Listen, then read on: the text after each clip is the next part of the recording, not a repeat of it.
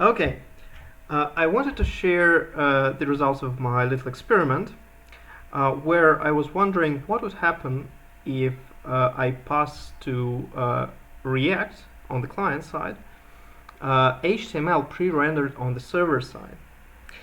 So we all uh, perhaps are familiar with the so-called isomorphic React, when React is being executed on the server and then the result of that is passed over to the client. But in my experiment, which is mimicking my conditions at work, I cannot have React on the server.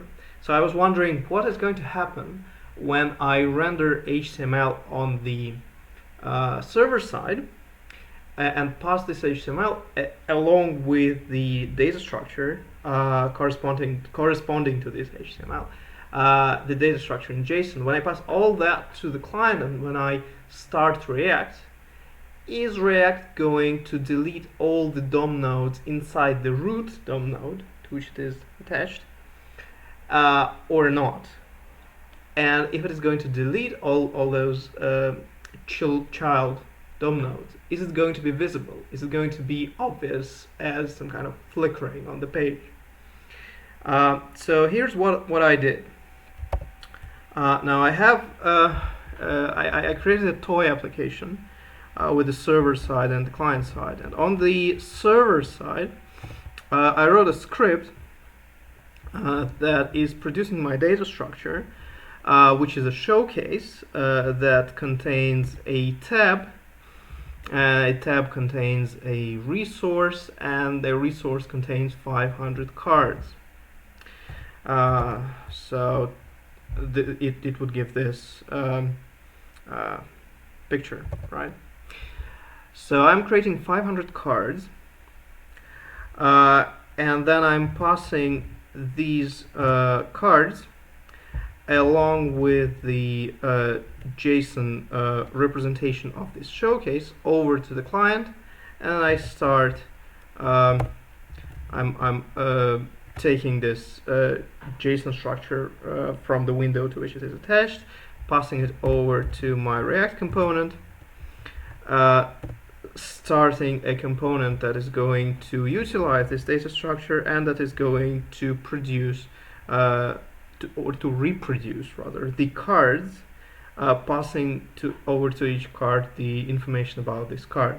And now each of the cards has the title, has an ID, so the title consists of the word card plus the ID, and it also has the top color and the bottom color of the linear gradient. Now, to make sure to prove that JavaScript is working, I also created the onClick function, a function that's going to react to the click on the card, and that is going to switch the colors, the top and the bottom color of the card. So let's see what happens. So first of all, I'm running this in Chrome, and now as a little caveat, I must say that I'm running a recent version of Ubuntu, and this recent version has some problems with the graphic card, the AMD graphic card that I have in my laptop, so it may be possible that I can see some artifacts in Chrome. If that happens, I'm going to switch to Firefox, but let's start with Chrome because it's more familiar. And so first I'm disabling JavaScript, and I refresh the page. So refresh the page, and here are the contents of this page, right? All happens very quickly.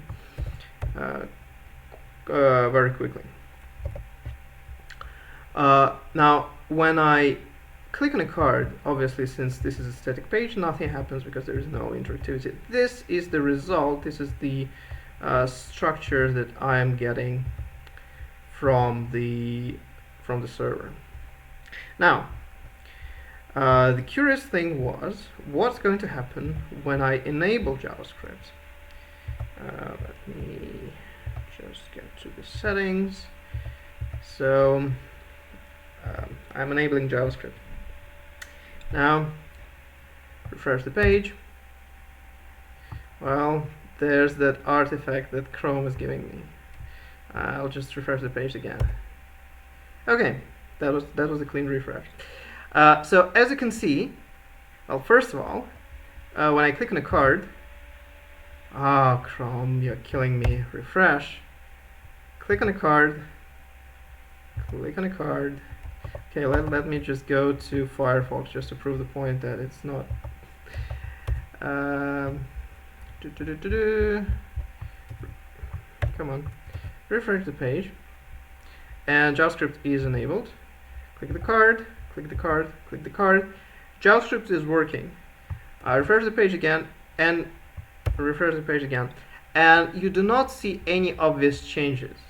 Right, so it seems like React is taking the structure, the HTML that I sent over to the client, and it somehow absorbs this this HTML structure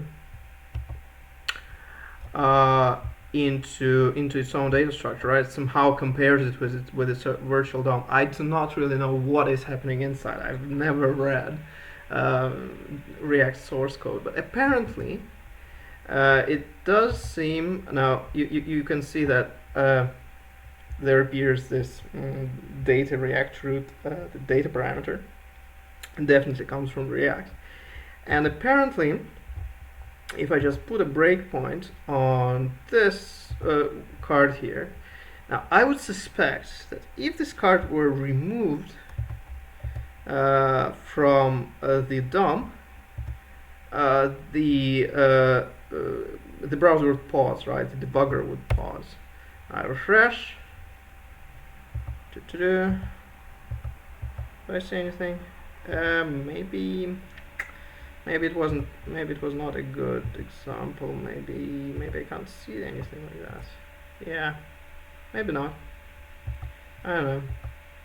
On the other hand, well, we see the breakpoint, right? It still is there.